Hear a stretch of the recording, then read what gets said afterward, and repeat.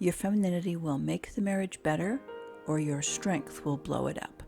And that's not exactly what happens. It's God who uses your healed femininity to make the marriage better or blow it up. Here are 3 steps that you will cycle through as you heal. They're not, I call them steps just for ease of speaking them, but they're not linear steps. The feminine doesn't work that way. So the first step is to stop listening to Christian marriage advice that's coming to you from the masculine mindset.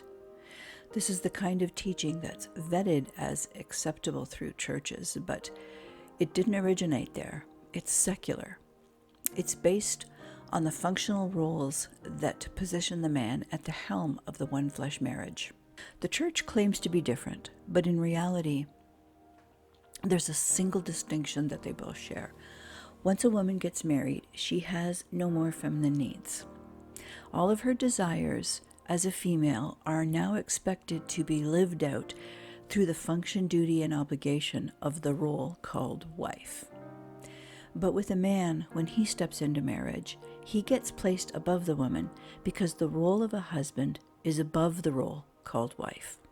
So he somehow seems to retain his masculinity. All his male needs and desires become preeminent in the marriage. Its newest name is called Red Pill, but in reality it's not new, it's been around for a long time. It's a tradition of men. It's when you take the true patriarchy from God and you live it out secularly. The Bible calls it a human tradition. It's when you take any practice that originated with God, like a marriage covenant, and you twist it to your particular purpose and benefit. Something that was meant for God's glory and your good ends up hurting another person. It's sin. Matthew 15, verses 1 through 9. These are the kind of mindsets and teachings that have been either crippling or killing your femininity. So that was the first thing. Stop reading and ingesting knowledge that is based in the masculine mindset. The second step is to stop focusing on your husband and the marriage. And the third is to start focusing on you. Steps 2 and 3 kind of go together. You know how it's impossible to stop thinking about a thing when you try not to think about it. Our brains don't work that way. When I say don't think about a giraffe, you immediately picture a giraffe. What you have to learn to do is preemptively replace your thoughts. So, how that application works with those steps I just described is that you have to recognize that you can't stop or control another person's thoughts or actions or behaviors as they come towards you. We don't have that kind of jurisdiction over one another, but you can change and control yours. So the more attention and time you give to your own self-care and healing, the more time you take to build into your own relationship with God, you'll automatically be reducing the attention and time and focus that's being wasted on a person that you have no control over.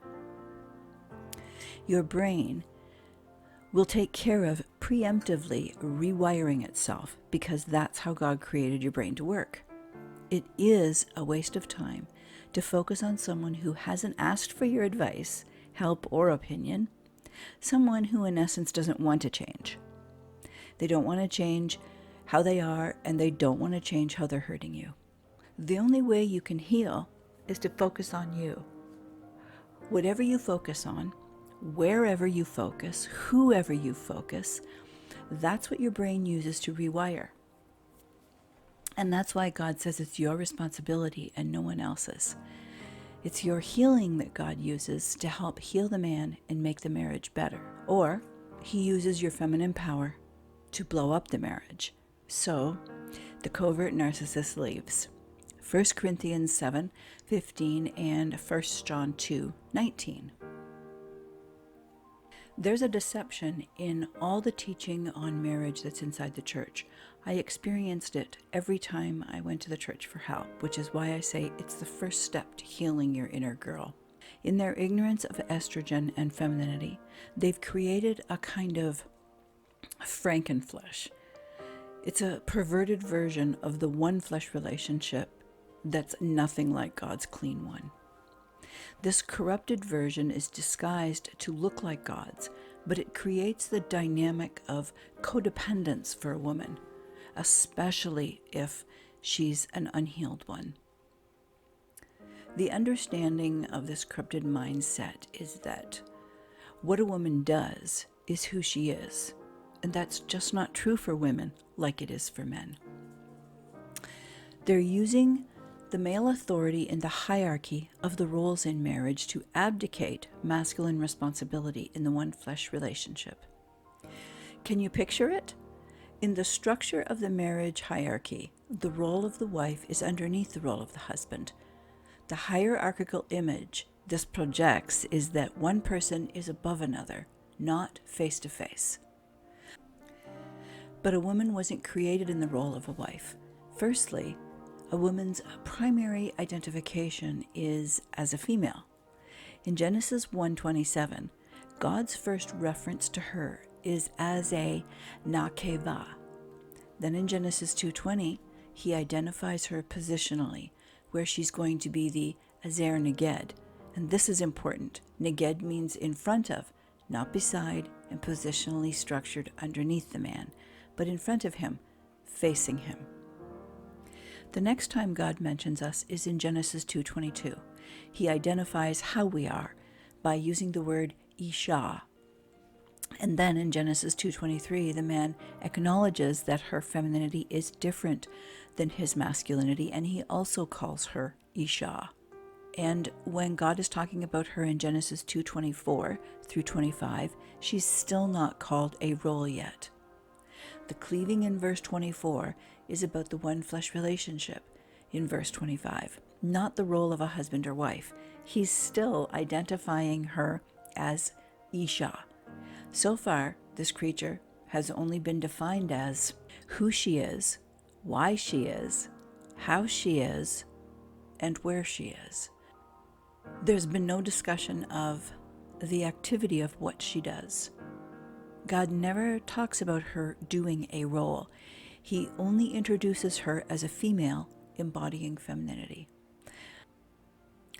So here's a question. Have they had sex yet? Or have they been just building a friendship? We don't know for sure because it wasn't until after the fall that the woman was given the name Eve, which means the mother of all that's living, Genesis 3:20.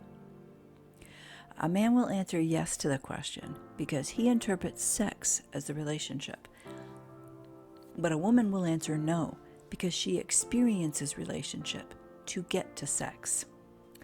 When you take all those multiple descriptors that God uses to let a man know how to provide for a woman, and you reduce them into one single role called wife, you deny everything that previously made up that femininity. A woman is no longer viewed as a female, but only as a body that fills a functional role, because her position is ranked under the office of husband in the structure of marriage. Her unique personal femininity disappears and loses its power. Everything that God created her to be, the nakeva, the azar neged, and the isha, it's all eliminated through marriage as she's moved into the position that ranks underneath. Marriage takes all a woman's true feminine nature that captured the attention of the masculinity, and it repositions it so it becomes unseen and not important. Yet, for a man, when he gets married, he not only gets to keep all his masculine needs and wants, but they are catapulted into priority because in that hierarchical vertical structure, a husband ranks above the position of wife. That's not a relationship. It's covering up all the femininity that made her a woman in the first place so that a man can extract from her instead of his masculinity providing for her femininity. When you only live in the designated roles of marriage, there's no space provided for the one flesh relationship to exist. A true one-flesh marriage comprises both roles and relationship. Without the one-flesh relationship, the only thing that's left is to operate in the function, duty, and obligation that has been passed down through the tradition of men. Pretending that there's a real relationship happening is a deception.